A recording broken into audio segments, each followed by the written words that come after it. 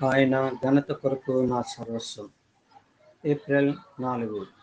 స్థిరమైన విశ్వాసానికి మార్గం. మీలో ప్రతివాడును చెదరిపోయి నన్ను ఒంటరిగా విడిచిపెట్టు గడియ వచ్చేయున్నది. యోహాను 16:32. ఈ వచనంలో యేసు తన శిష్యుల్ని గద్దించడం లేదు. శిష్యుల విశ్వాసంలో నిజాయితీ ఉంది. అయితే వారి విశ్వాసంలో క్రమం లోపించింది. వారి విశ్వాసం గురి తప్పింది. జీవితంలో వారికి ఎదురైన అతి ప్రాముఖ్యమైన సందర్భంలో వారి విశ్వాసం క్రియాశూన్యమైంది. శిష్యులు ఎవరికి వారుగా చెల్లాచెదురయ్యారు.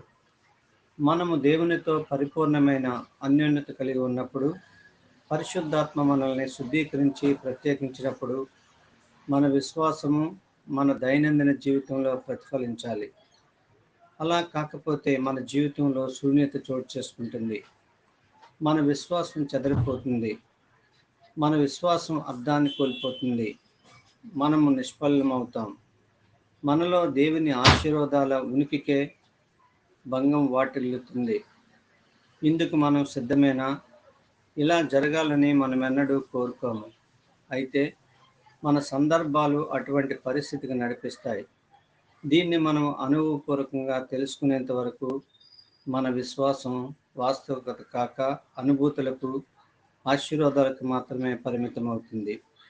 అయితే ఇది మనకు అనుభవమైనప్పుడు దేవుడు మనల్ని ఎటువంటి పరిస్థితుల్లోకి నడిపించినప్పటికీ దేవుడు మనకు మేలు మాత్రమే జరిగిస్తాడని ఆయన స్తుతించేవారుగా ఉంటాము. విశ్వాసం మన జీవితంలో వాస్తవం అవడానికి ఇదే. నన్ను ఒంటరిగా విడిచిపెట్టు గడియ వచ్చుచున్నది. మనం కూడా చెదరిపోయి యేసుని ఒంటరిగా విడిచిపెట్టామా?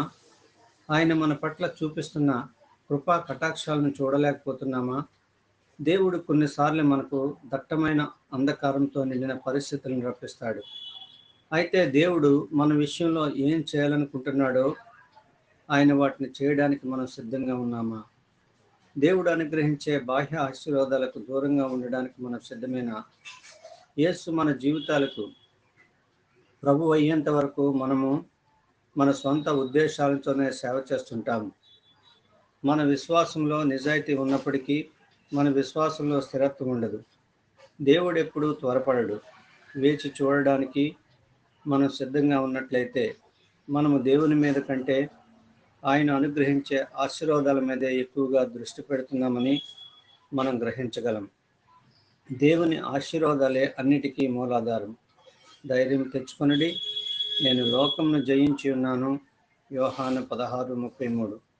మనకు కావలసినది ఎట్టి పరిస్థితుల్లోనూ ధైర్యం సడలని ఆధ్యాత్మిక ధీరోదాత్తత.